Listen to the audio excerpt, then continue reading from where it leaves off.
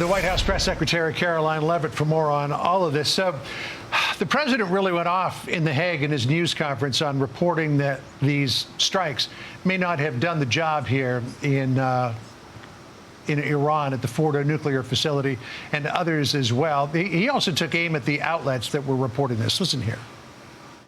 They said it could be limited or it could be very severe. They really didn't know, other than to say it could be limited or it could be very, very severe. And you didn't choose to put that because it was very early after. Since then, we've collected additional intelligence. We've also spoken to people who have seen the site, and the site is obliterated.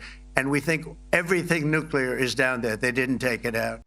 So this is a report from the DIA that Fox has confirmed. It was, quote, preliminary and expressed low confidence in the findings.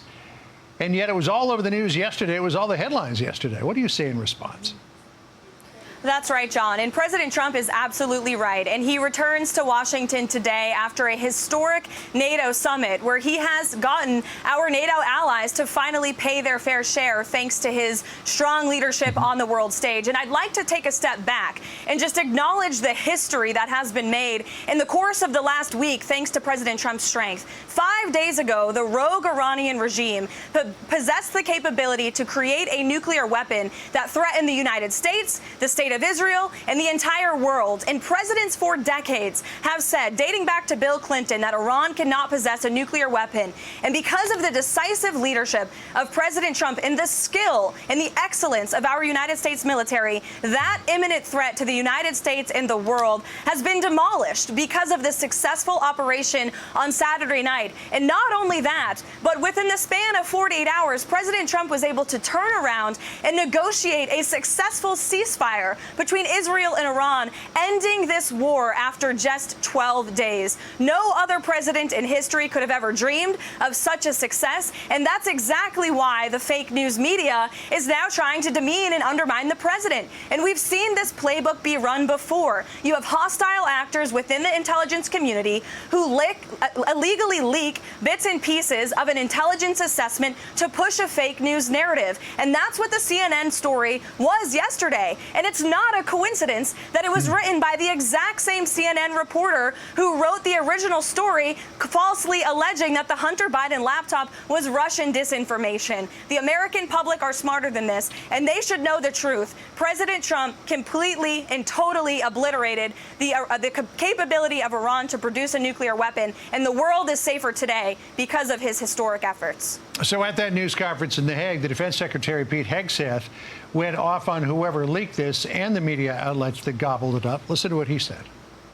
To spin it for their own political reasons, to try to hurt President Trump or our country. They don't care what the troops think. They don't care what the world thinks. They want to spin it to try to make him look bad based on a leak. Of course, we've all seen plenty of leakers. And what do leakers do? They have agendas. And what do? Do they share the whole information or just the part that they want to introduce? Israel's Atomic Energy Commission had a completely different assessment of what happened at Fordo and Natanz than this preliminary low confidence assessment did.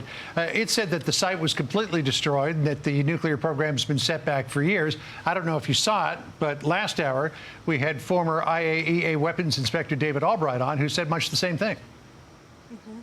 Well, Secretary Hegseth is absolutely right. This was a low-confidence preliminary intelligence assessment. The assessment itself said that it was not corroborated by anyone else in the intelligence community, and it has been disputed by not just the United States, the President, the Secretary of Defense, the Secretary of State, our Joint Chiefs, and our General Kane, who was incredibly successful in this mission on Saturday night. It was also disputed by both Israel and Iran. And CNN didn't care about that. The DIA themselves have now come out and said this was a preliminary report, and this CNN story got it completely wrong. But that reporter is a sheep, and she's a mouthpiece for people who don't like Donald Trump. And she only gave the White House an hour to respond. And that's, again, the same playbook we've seen the fake news media play time and time again. But this story has now been debunked widely by not just the United States, but also Iran and Israel as well.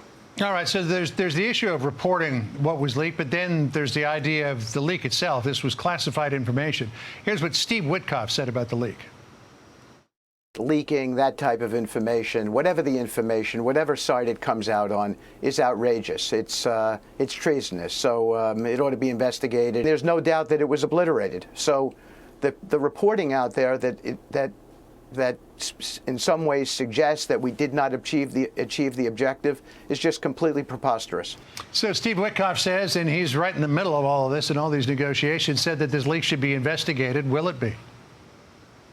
I am told by the FBI the leak already is being investigated, and it absolutely should be, because this was a top secret intelligence analysis that very few people in the United States government had access to see. And so I understand the FBI and the Department of Justice are already on this, as they should be. And just to emphasize what our great special envoy Witkoff said last night, for people with common sense, everyone knows what happens when you drop 14 30,000-pound bombs perfectly on their targets. It doesn't take an intelligence analysis to understand that means complete and total destruction and obliteration. And the President of the United States, because of his decisive leadership in directing that operation on Saturday night, has now achieved a goal that the United States and the whole world has wanted to achieve for years, and that's the obliteration of the capability of the Iranian regime to possess a nuclear weapon. So there's one other question that remains out there, Karoline, and that's what happened to the nuclear material enriched to 60% that Iran already had in its possession? It's said to be about 900 pounds worth, enough for a number of bombs.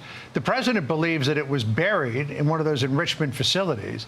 The director of the IAEA isn't so sure. Do you have evidence that you know exactly where it is?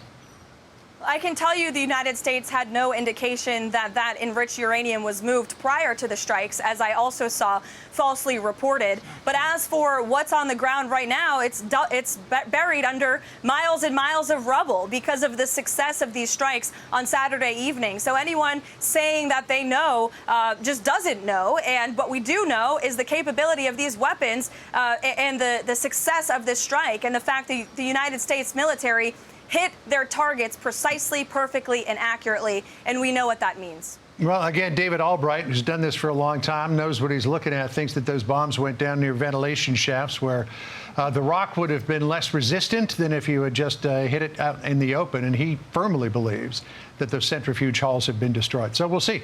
Karoline Levitt, always great to catch up with you. Thank you so much. Appreciate it. Thanks, John. Hey, Sean Hannity here. Hey, click here to subscribe to Fox News YouTube page and catch our hottest interviews and most compelling analysis. You will not get it anywhere else.